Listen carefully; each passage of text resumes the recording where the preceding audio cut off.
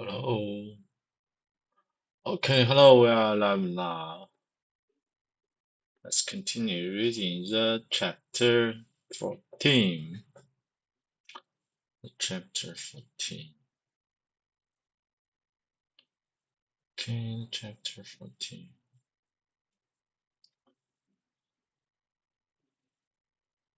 Chapter 14. Chapter 14.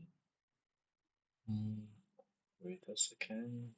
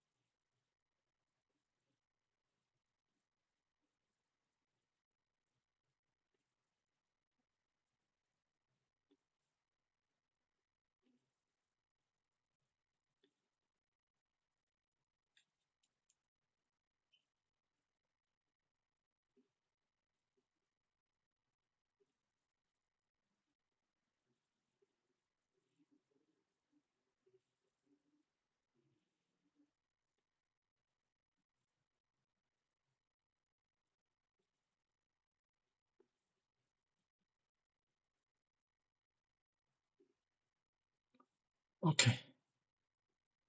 The best enemy money can buy.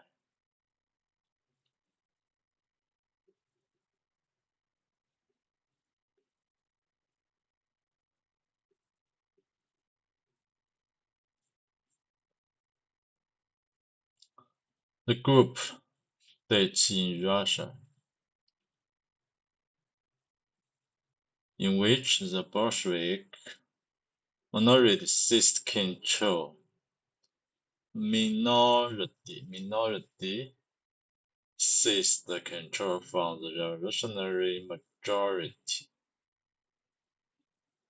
The role played by New York financiers masquerade as Red Cross officials in supporting the Bolsheviks, the unbroken record since then of American assistance in building Russia's war, making potential the emergence of a credible enemy in accordance with the Rothschild's formula. Rothschild 的方程 ，OK。您是英语老师，帮我翻译，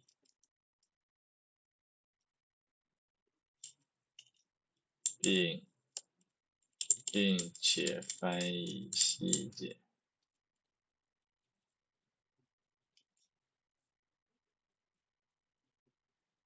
OK， 俄国政变中，布尔什维克 in Bolshevik minority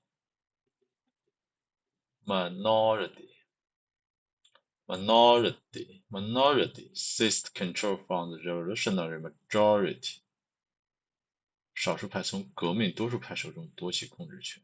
哇，主要是 revolutionary 革命多数派政变。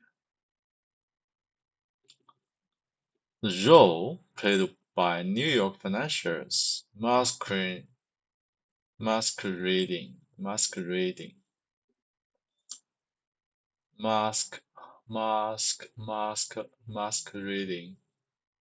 as Red Cross officials in supporting the Bolsheviks. The unbroken record since then of American assistance in building Russia's war-making potential. 美国在建设俄罗斯战争潜力方面提供的持续不断的援助记录。war-making potential. The emergency of credit enemy in according with the 可信的敌人 the emergence of a credible enemy 看起来足以威胁到自身存在的敌人。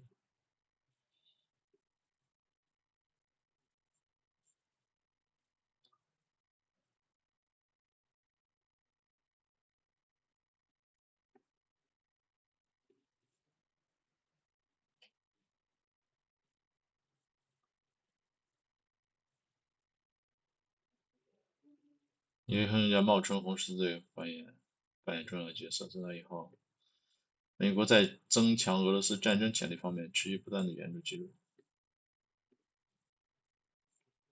Okay. In the previous section, we saw that the Red Cross mission in revolutionary Russia was, in the words of its own personnel, nothing but a mask. Personnel, personnel.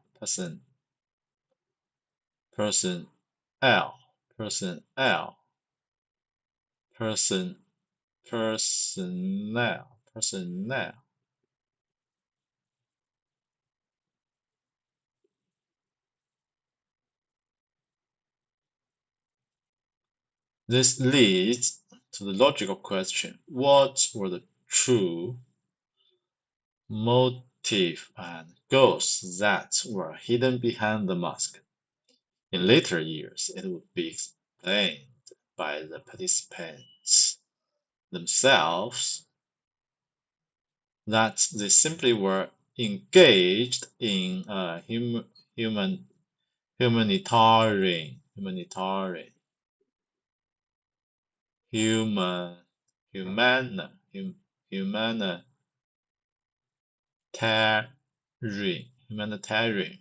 effort to keep Russia in the war against Germany and thus to help the cause of freedom for England and her allies. For JEKYLL Schiff and other Jewish financiers in New York, there was the additional explanation that they opposed the Tsar because of his anti-Semitism. These, of course, are admirable motives, and they have been uncritically accepted by mainstream historians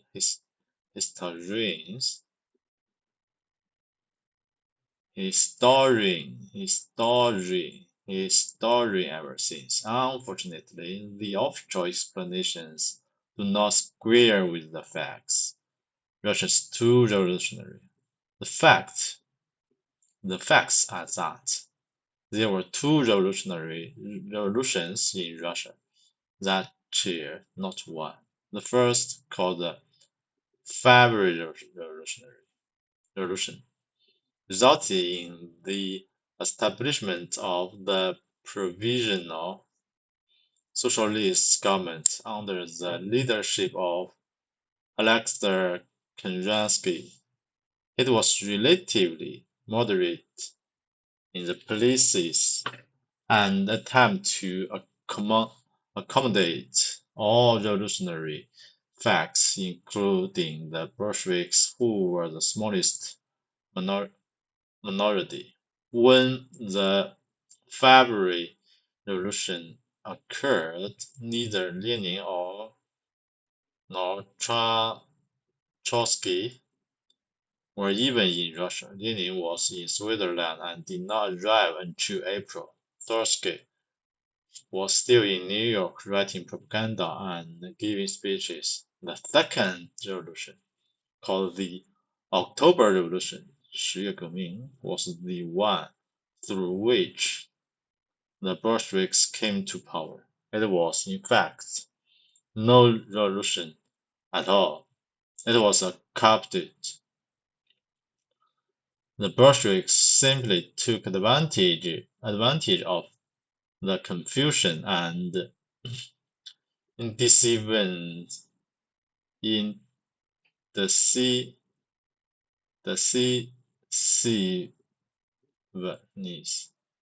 in the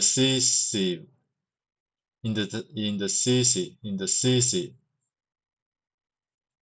indecisive, not setting an issue, not having or showing the ability to make decisions, indecisive, indecisiveness that existed among the various groups that comprised the new government and caught them by surprise with a lightning strike of force, with a combination of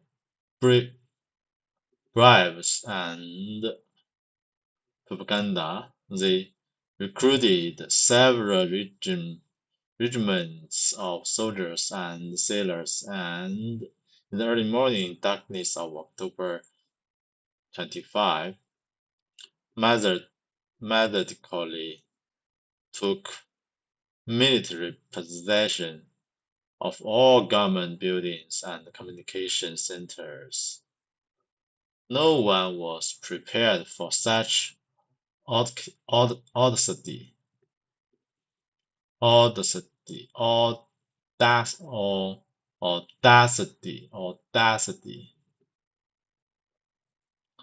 and resistance was almost non-existent.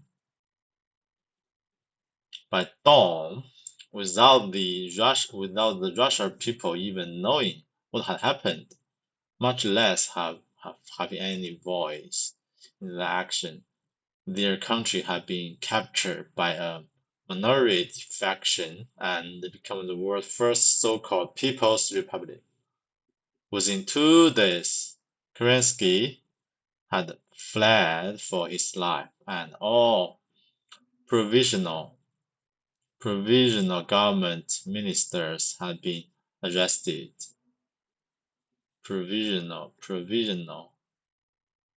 临时的 provisional had been arrested. That is how the communists seized Russia, and that is how they held it afterward. Contrary to the Marxists, they have never represented the people, they simply have the guns. The basic facts of the so-called revolution are described by Professor Leonard Shapiro in his authoritative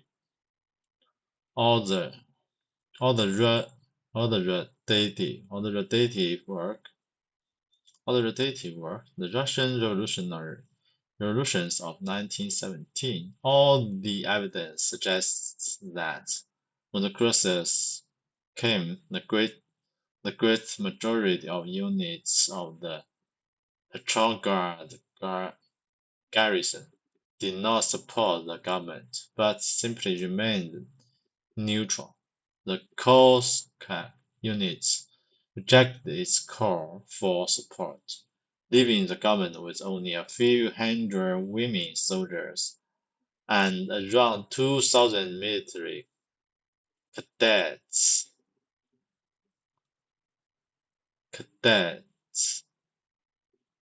on its side. The Bolsheviks, on the other hand, could count on several regiments to carry out their orders. Units of the Baltic Fleet also supported them. In the event, the Bolshevik takeover was almost bloodless.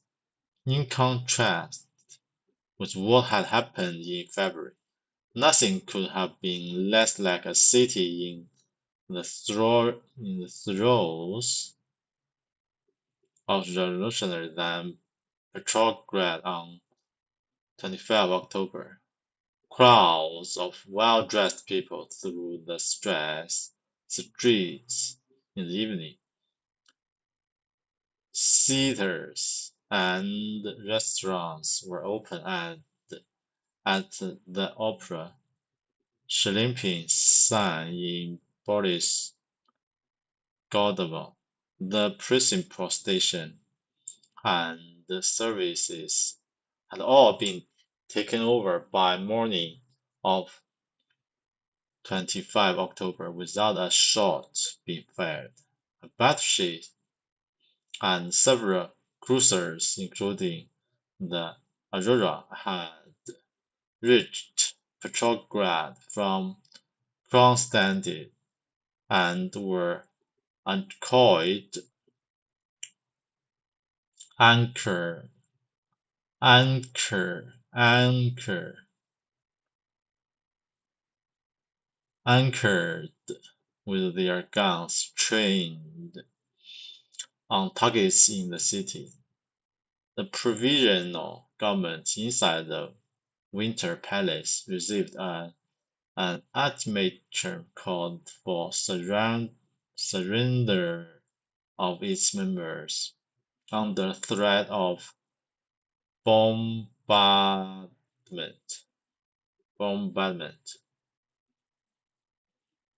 of the palace by others and by the guns of the Peter and Paul fortress. It was only at 9:40 p.m. that the order was ordered to fire and discharged one blank shell. The main effort of this was to accelerate the thinning out of the cadet defenders of the palace, who had already begun to dwindle.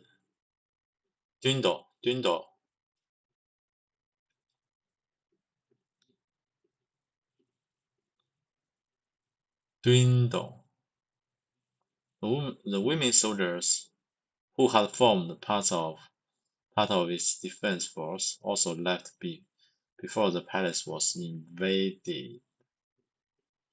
At 11 p.m., some live shells were fired, and the palace was slightly damaged. The story of the dramatical storming of the Winter Palace, popular with solvent historians and in the cinema, is a myth. At around 2 a.m. on 26 October, a small detachment of troops, followed by an unruly crowd and led by two members of the MRC (Military Revolutionary Committee), entered the palace. The remaining officer cadets were apparently prepared to resist, but were ordered to surrender by the ministers. In the end, the total casualties were 3 officers cadets wounded. Casualty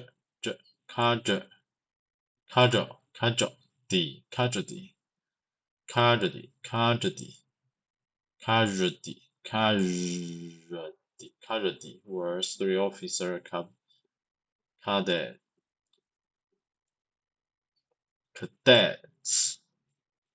wounded. Popular support was not necessary.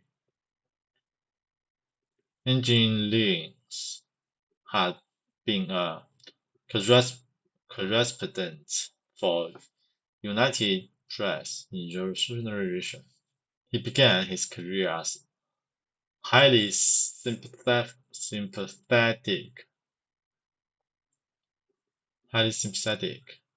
同情 to Bolsheviks and their new regime, but 6 years of actual living inside the new socialist utopia shattered is illusion. In his acclaimed book, Workers' Paradise Lost, he summarized the true meaning of the October Revolution. Lenin, Trotsky, and their cohorts did not overthrow the monarchy.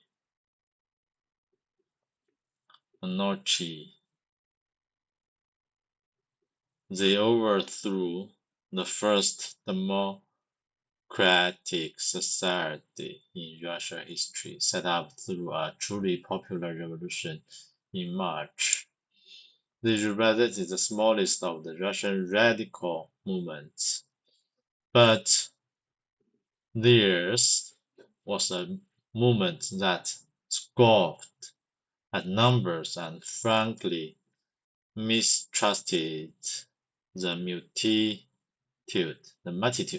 multitudes.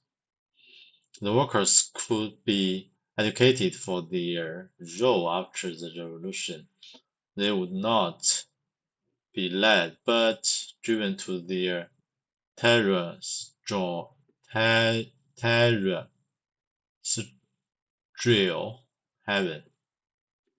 Terrestrial heaven.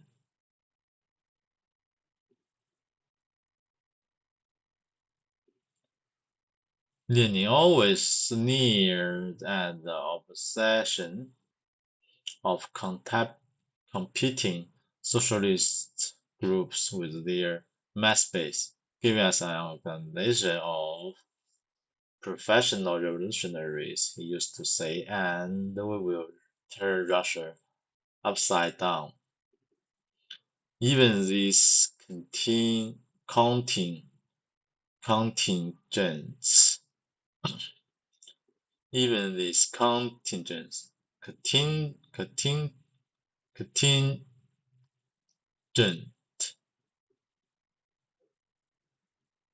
were plastically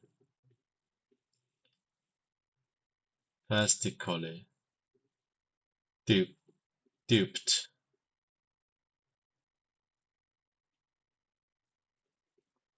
荒谬的欺骗 have not the remotest notion of the real purpose for which they were being used. They were striking out, they thought, for multi-party sovereigns for freedom, equality, and other goals which the organizers regarded as emotional garbage. On the breaking of the dictatorship, Lenin dared to promise that the state will fade away, since all need of force will vanish, not at some remote future, but at once. The proletariat state begins to wither immediately after its triumph. For in classless society, a state is unnecessary and impossible.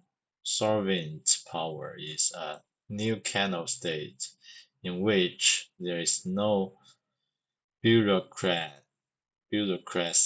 no police, no standing army. Also, so long as the state exists, there is no freedom. When there is freedom, there will be no state. Within a few months after they attained power, most of the Tsarist practices the Leninists had condemned were revived, usually in more ominous forms: political prisoners, convictions without trial and without the formality of charges, savage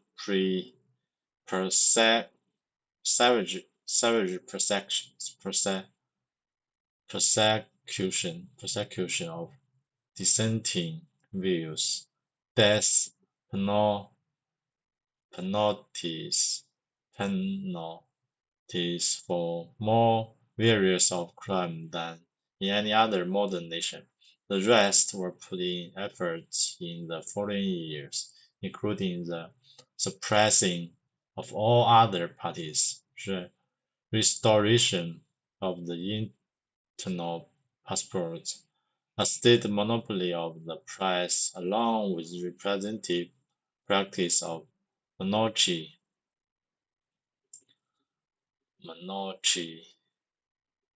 had outlived for a century or more.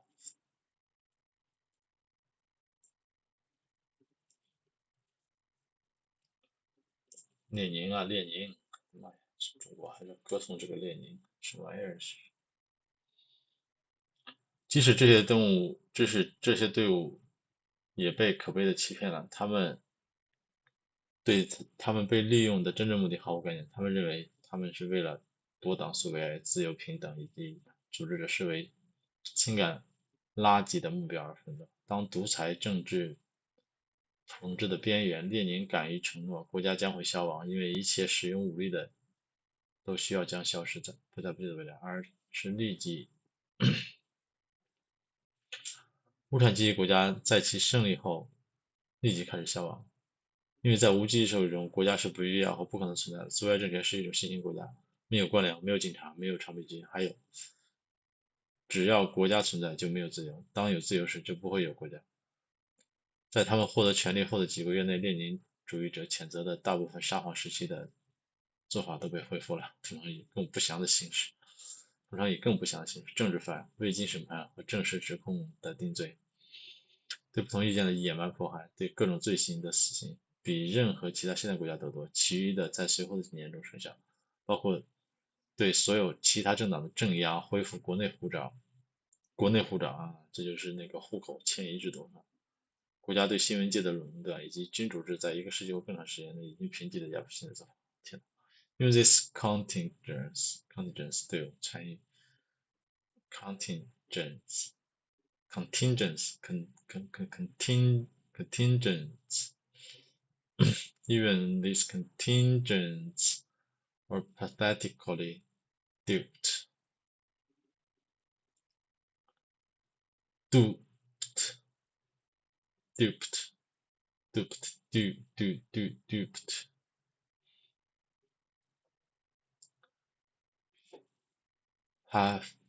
Having not the remotest notion of the real purpose for which they were being used. Having not the remotest notion 最遥远的概念 remotest notion having not the remotest notion of the real purpose which they were being used 毫无概念 they were striking out they thought they were striking out for multi-party sovereigns for freedom, equality, and other goals which the organizer regarded as emotional garbage.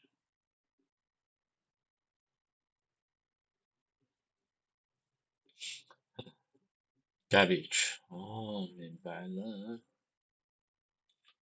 On the brink of the dictatorship. On the brink of the dictatorship. 只在统治的边缘。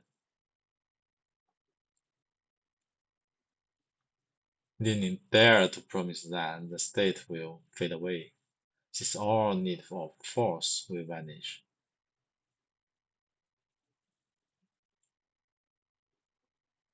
Within a month after they attained power, most of the Tsarist practices the Leninists had condemned were revived, usually in more ominous forms. Ominous, ominous, ominous, ominous, ominous, ominous, ominous.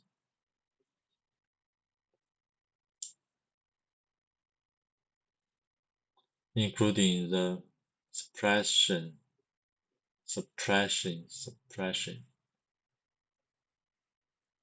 of all other parties, restoration of the internal passport, a state monopoly of the press,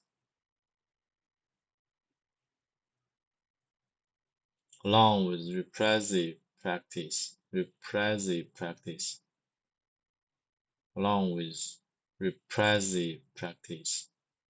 of the monarchy had outlived for a century or more.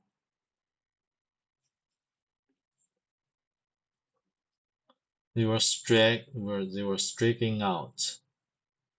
They sought for the multi-party surveys, a fifth ingredient, which are later regarded as emotional garbage.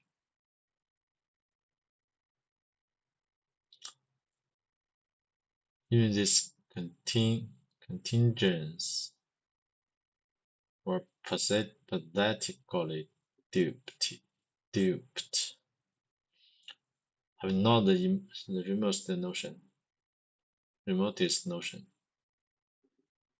having not the remotest 最微小的概念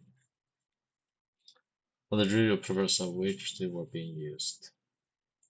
On the brink of the dictatorship, 在独裁统治即将来临之际 on the brink of dictatorship,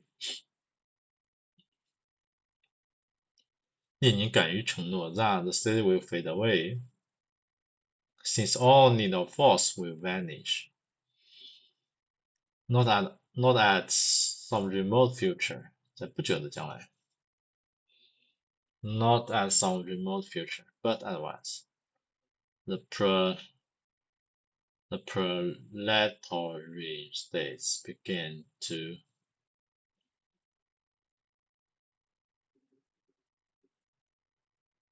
无产阶级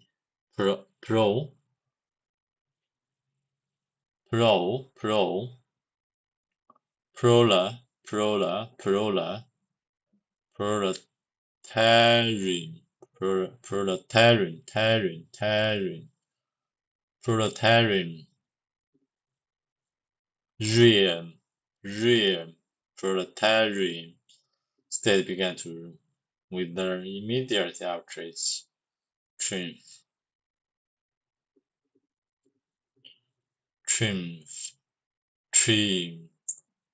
triumph,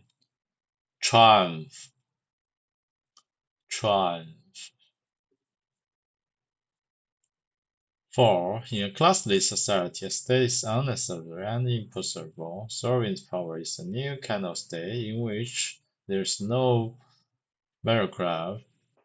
bureaucracy, no police, no standing army.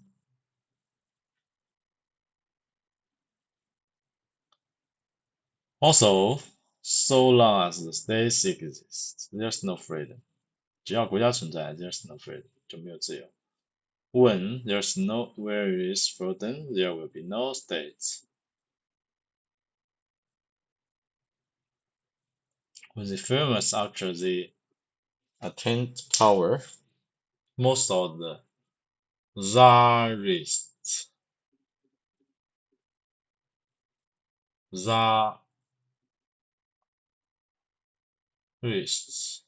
practices, the Leninists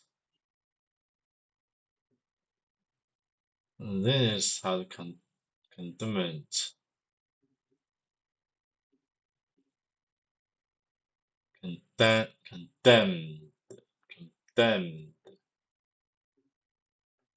were revived,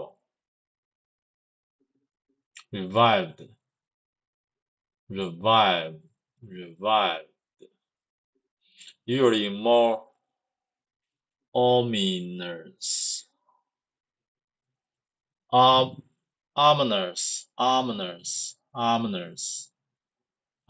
forms.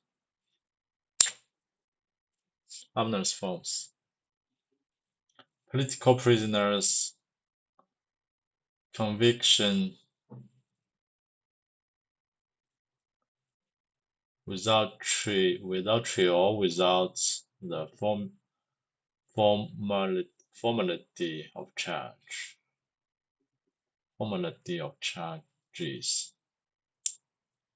Savage pursuit of dissenting views. Savage persecution.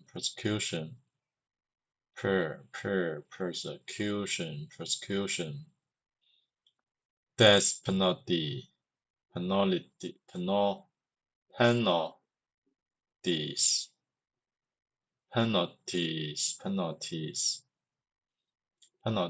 death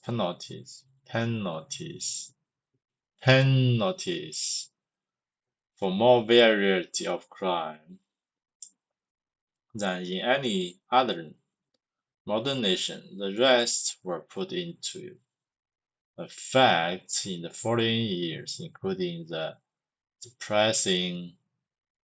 suppression of all other parties, restoration of the internal password, state monopoly of price,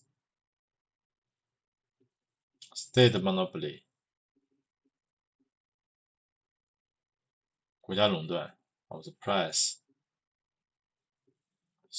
新闻的国家垄断，国家对新闻的垄断 ，along with repressive practice, the monarchy had outlived for centuries. The monarchy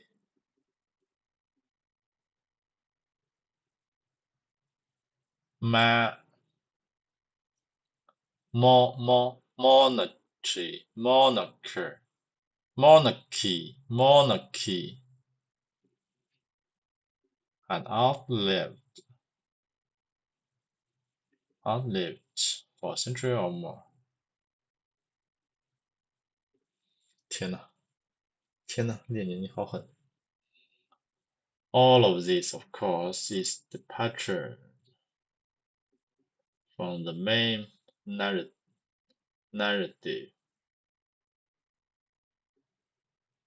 but it has been necessary to illustrate a fact that has been obscured by the passage of time and the acceptance of myths by mainstream historians.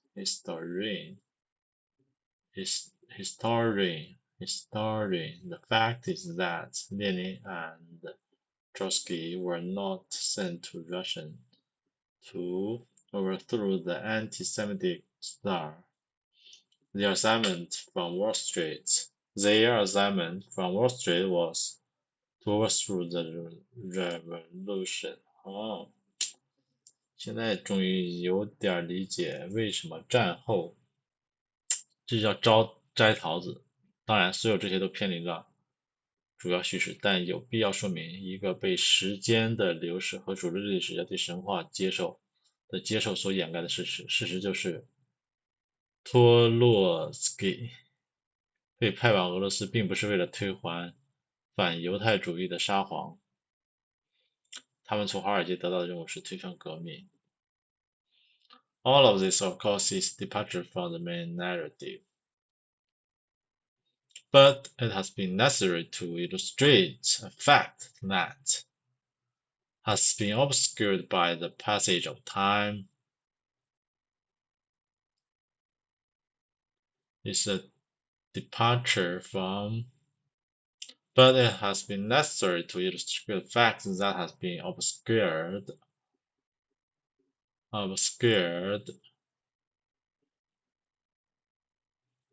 鲜为人知的模糊的 obscure by the passage of time and the acceptance of myths by mainstream historians. The fact is that Lenin and Trotsky were not sent to Russia to overthrow the anti-Semitic Tsar.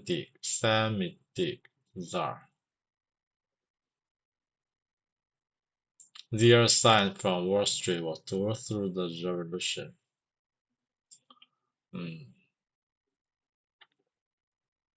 就是偷桃，猴子偷桃。Notes from Lincoln Stephen's diary that this was the prevailing motive of New York money powers were clearly brought to light in the diary of Lincoln staffs. That this was the prevailing motive. Prevailing motive. 流行的 prevailing motive.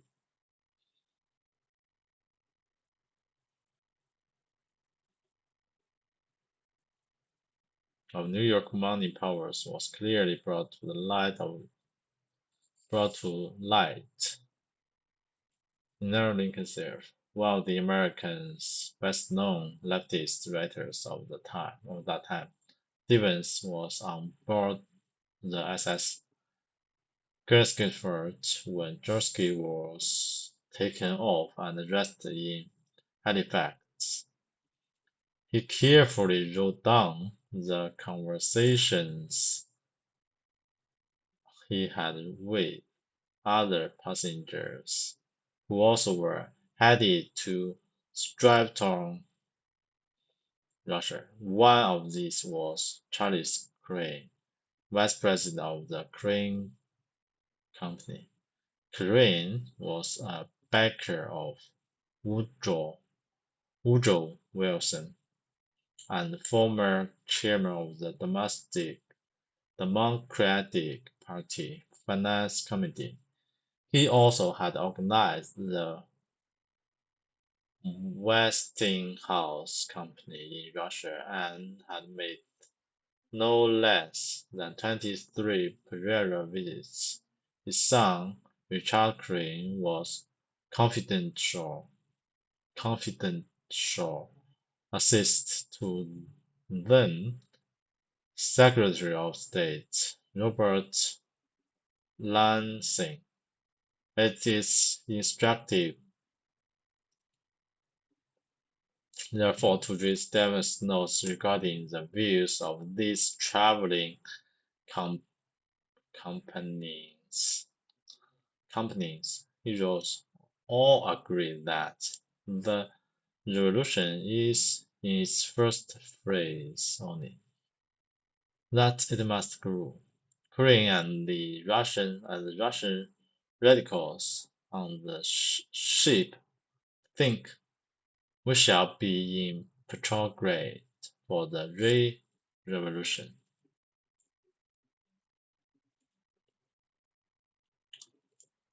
我天哪！这些人呐，为了钱呐！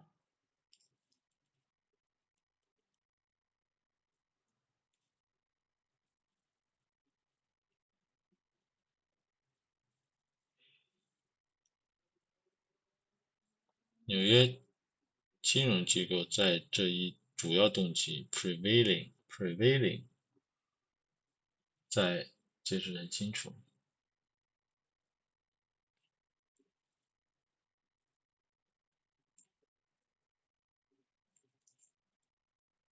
他是美国最知名的左翼作家之一 Stephens， 在轮船上是 Trotsky 在 Halifax 被带下船并逮捕，他仔细记录了与同船乘客的对话。这些乘客同样前往东南北岸的俄罗斯，其中之一是克兰 Crane 公司副总裁，是威尔森的支持者，曾担任民主党财政委员会主席。他还在俄罗斯组织了西欧公司，而在是他的儿子，当时是国务卿兰辛的机密助理，因此阅读这些一般观点，他说所有人都同意革命只能处于第一阶段，必须继续发展。激进派认为，我们将会在彼得格勒见证再革命。That this was the prevailing motive of New York money powers was clearly brought to the light.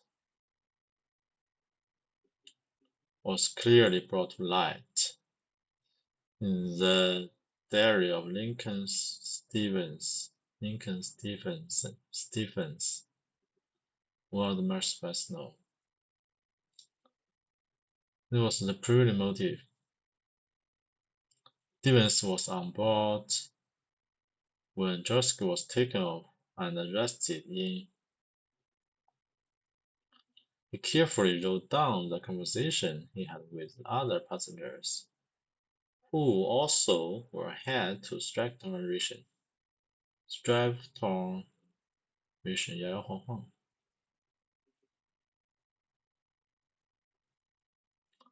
动荡不安。是 drive， 是 drive， toy， drive toy. One of these was Charles Crane, vice president of the Crane Company.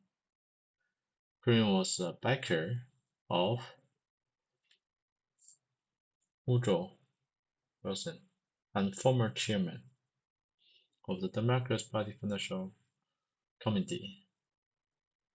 He also had organized the Westinghouse Company in Russia and had made no less than 23 prior visits.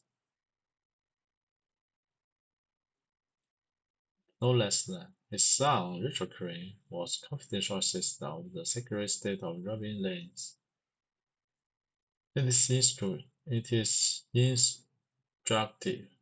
instructive, 有教育的，受启发的。instructive. It's instructive, therefore, to read Stephen's notes. Instructive. These traveling companies, he wrote, all agreed that the revolution is in its first phase only, that it must grow, and it must grow. Crane and the Russian radicals on the ship, 激进派 radical, think we shall be in Petrograd, Peter Gillen, for the revolution.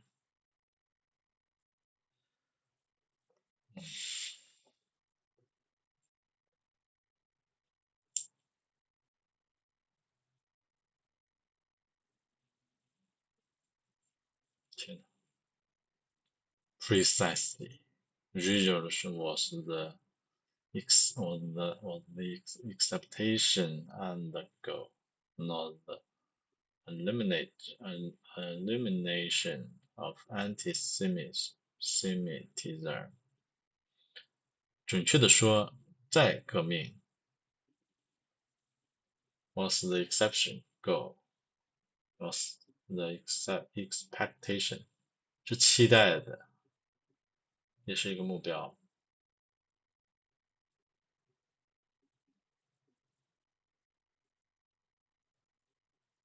Not the elimination.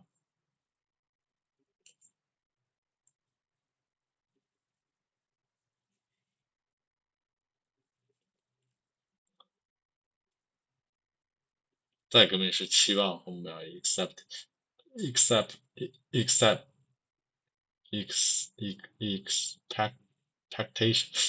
and goal.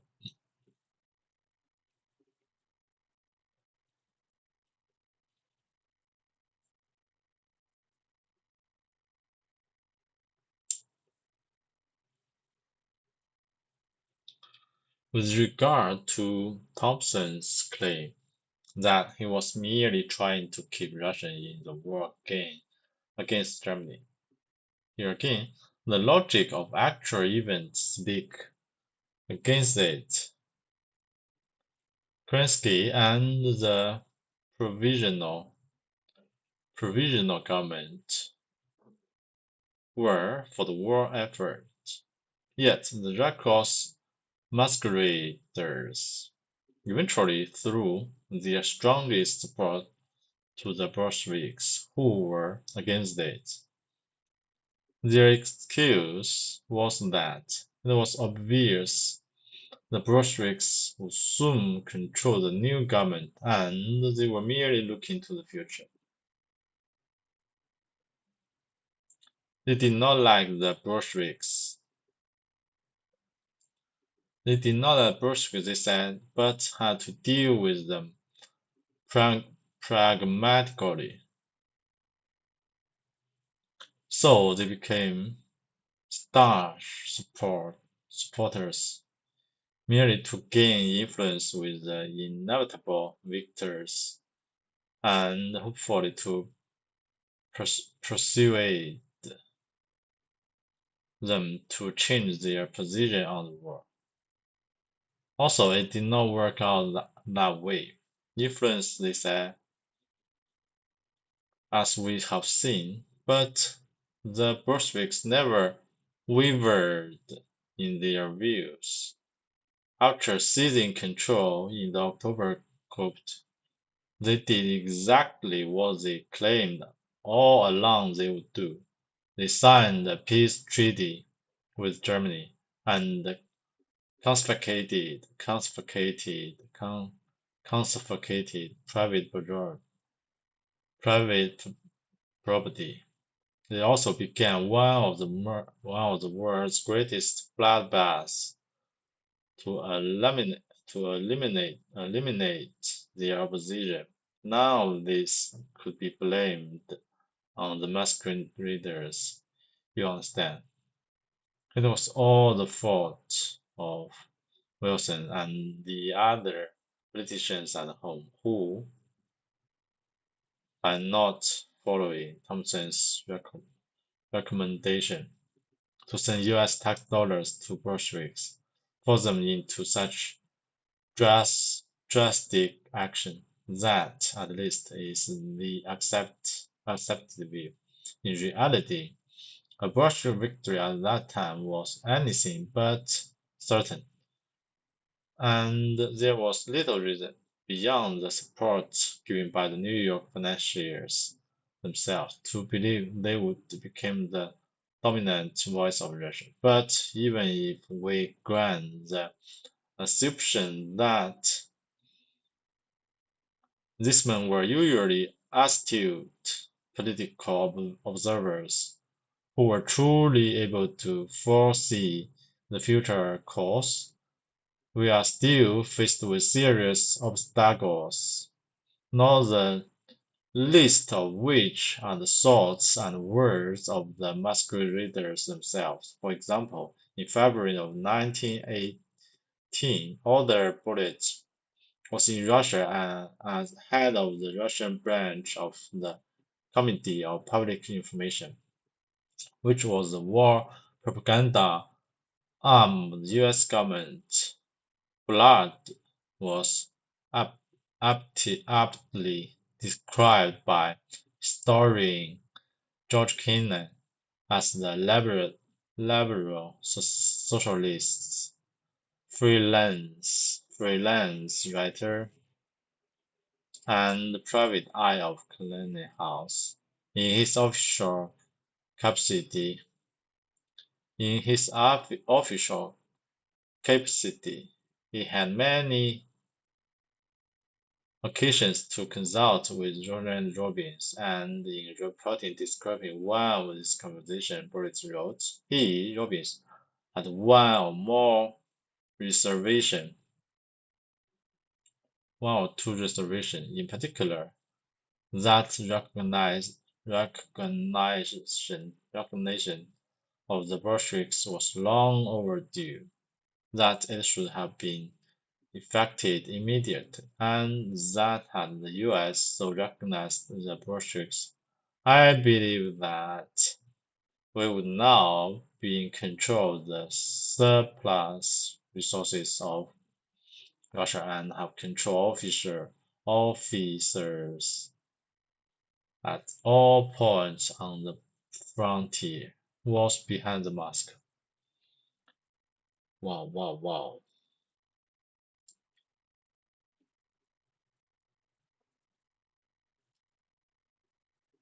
Okay.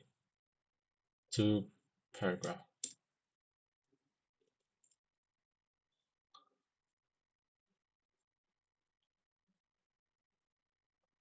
关于汤姆斯声称 With regard to Thompson's claim,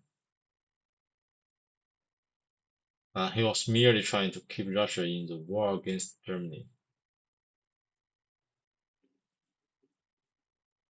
Here again, the logic of actual events speak against it. 实际情况 The logic of actual events speak against it. Speak against it.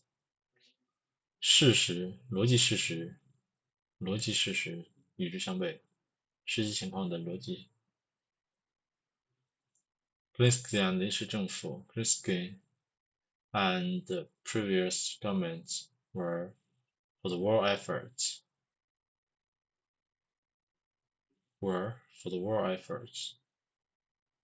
Yet the records masquerades eventually through their strongest support to Bolsheviks who were against it. 反对战争的布尔什维克 Bolsheviks were against it. Their excuse 他们借口是 It was obvious the Bolsheviks would soon control the new government and they were merely looking to the future. 他们只是在展望未来。They're looking to the future. They didn't like the Bolsheviks, they said, but had to deal with them pragmatically. 他们并不喜欢布尔，但必须务实地与之战 pragmatically. So, they became staunch supporters near to gain influence with the inevitable victories and hopefully to persuade them to change their position on the war. 坚定的支持者 ，strong supporters，仅仅是为了在不可避免的胜利者那里获得影响力，并希望说服他们 persuade to change their position on the war. It didn't work out that way. Influence they had, as we have seen, but the Bolsheviks never wavered in their views. 尤其是，但不是成为动摇现在的观点。After this control in October, they didn't exactly they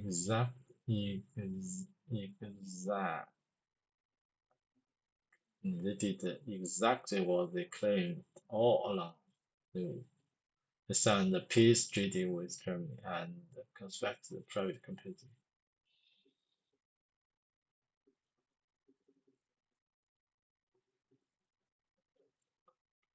They also began one of the world's greatest bloodbaths. 大屠杀 bloodbath to eliminate their opposition. None of this could be blamed on the masquerader. 这一切都不能归咎于那些伪装者，所以 you understand? It was all the fault of Wilson and the other politicians at home.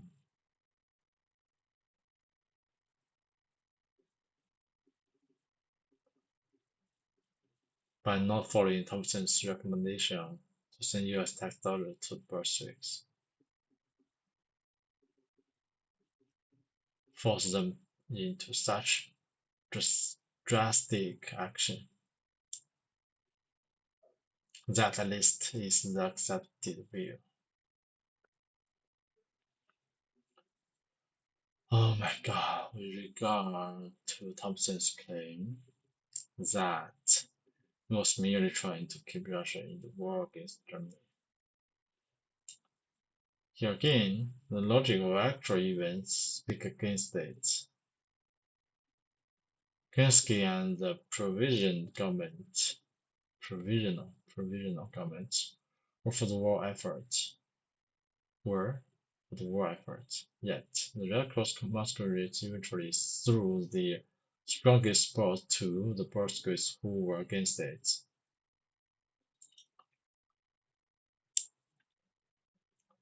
Their excuse was that it was obviously the Portuguese would soon control the new government and they were merely looking to the future. They did not like the Bolshevik. They said they had to deal with them pragmatically. Pragmatically.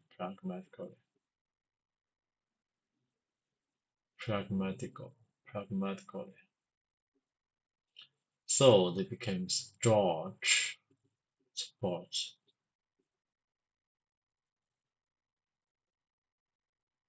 Staunch, merely to gain influence with the introductory, and hopefully to persuade, persuade, huh? persuade, persuade them to change their position on the war.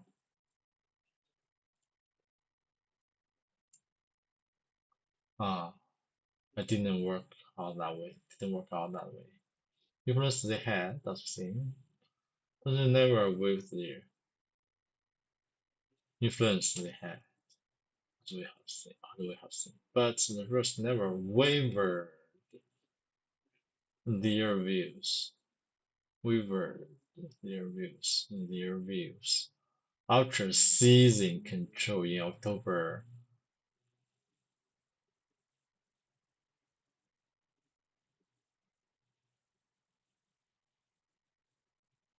coup d'etat, coup d'etat, coup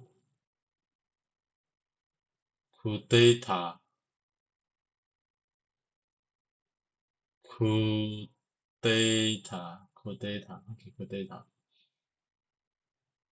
They did exactly what they claimed all along they would do.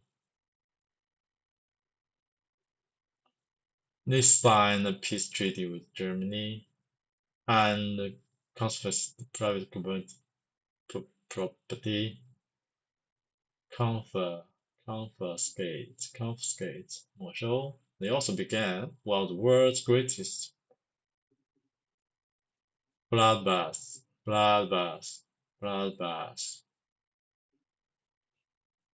to administer the opposition. None of this could be blamed on the massacres, you understand.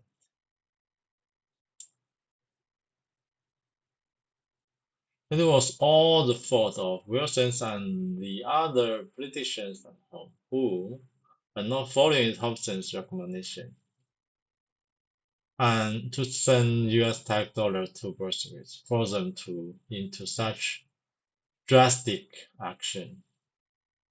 That at least is the acceptable view. OK， 妈呀，太恐怖了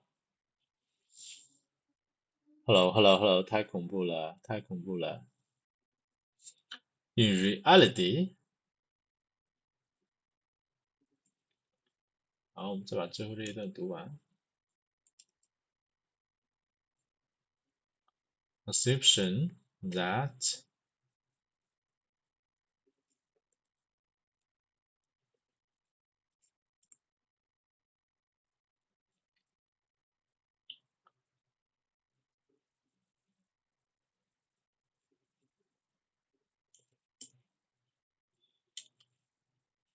事实上，当时波尔胜利远非确定，除了纽约军人本身之外，几乎没有理由相信他们能够成为俄罗斯的主导声音。但是，即便我们承认这些人是异常敏锐的政治观察家，真正能够预测未来，我们仍然面临严重的障碍。其中最主要问题之一就是那些伪装着自身的想法和言辞，例如在耶伦的调委员会是美国战时机构历史研自由主义者这样的人，在担任时期间，他多次认真报告说。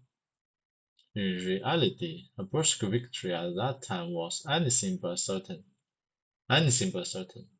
Was anything but certain. Anything but 绝非 anything but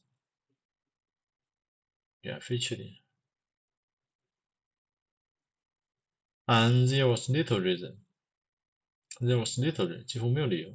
There was little beyond the support given by the New York financiers themselves to believe they would become the dominant voice of Russia.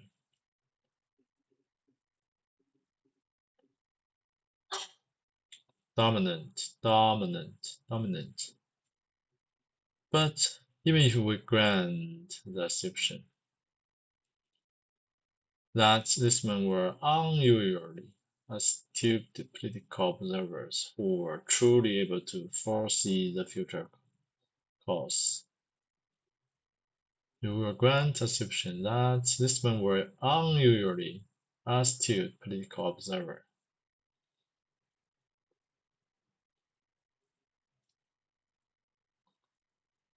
anything but a dominant voice of serious obstructive were still faced with zero obstructive obstacle obstacle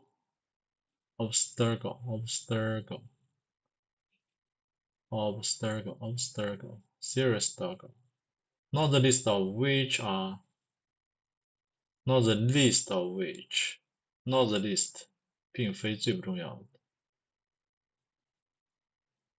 其中最重要的并非最不重要的 not the least of which the thoughts and words of the maskers themselves 那些伪装者的言辞，其中最重要问题之一，自身的强化说起。我们仍然面临其中最重要的问题之一，就是那些伪装的自身想法和言辞。For example, in Fortnite, 公共信息委员会俄罗斯分部负责人，公共信息委员会，该委员会由美国政府 post-war propaganda arm of the government. First was aptly 恰当的 aptly described by historian George Kenney as laboratories, freelance writer, and private eye of clone hell. In his offshore capacity, he had many occasions. In his capacity, offshore capacity, 能力、产能、能力、职位 offshore capacity. He had many occasions to consult 咨询 查阅商量 consult with Roman Robbins, and in report describing wild conversation. In report describing wild this conversation.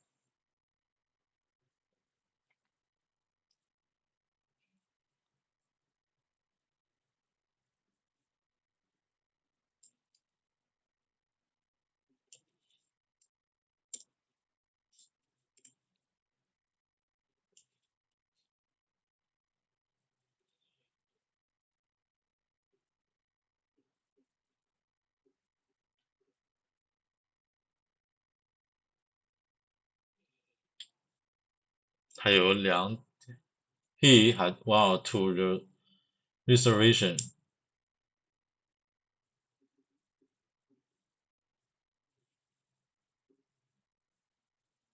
预留的，保留意见 reservation without reservation 毫无保留 reservation in particular that recognition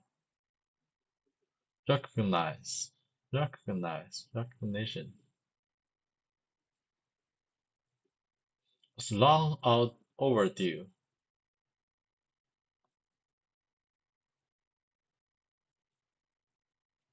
That it should have been effected immediately. 他们认为这件承认早应该进行。Was long overdue. Was long overdue. That it should have been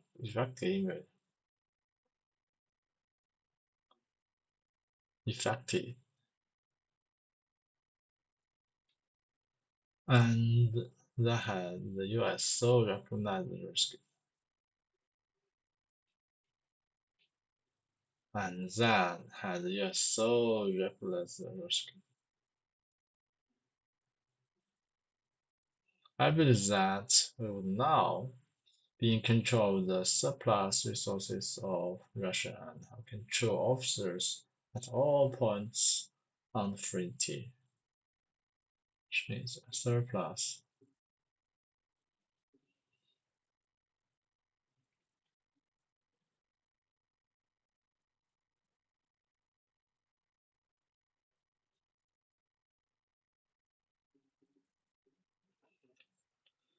Hmm.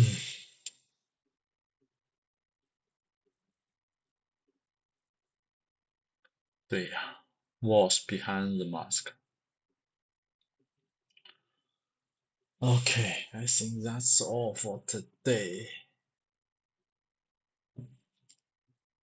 298-290.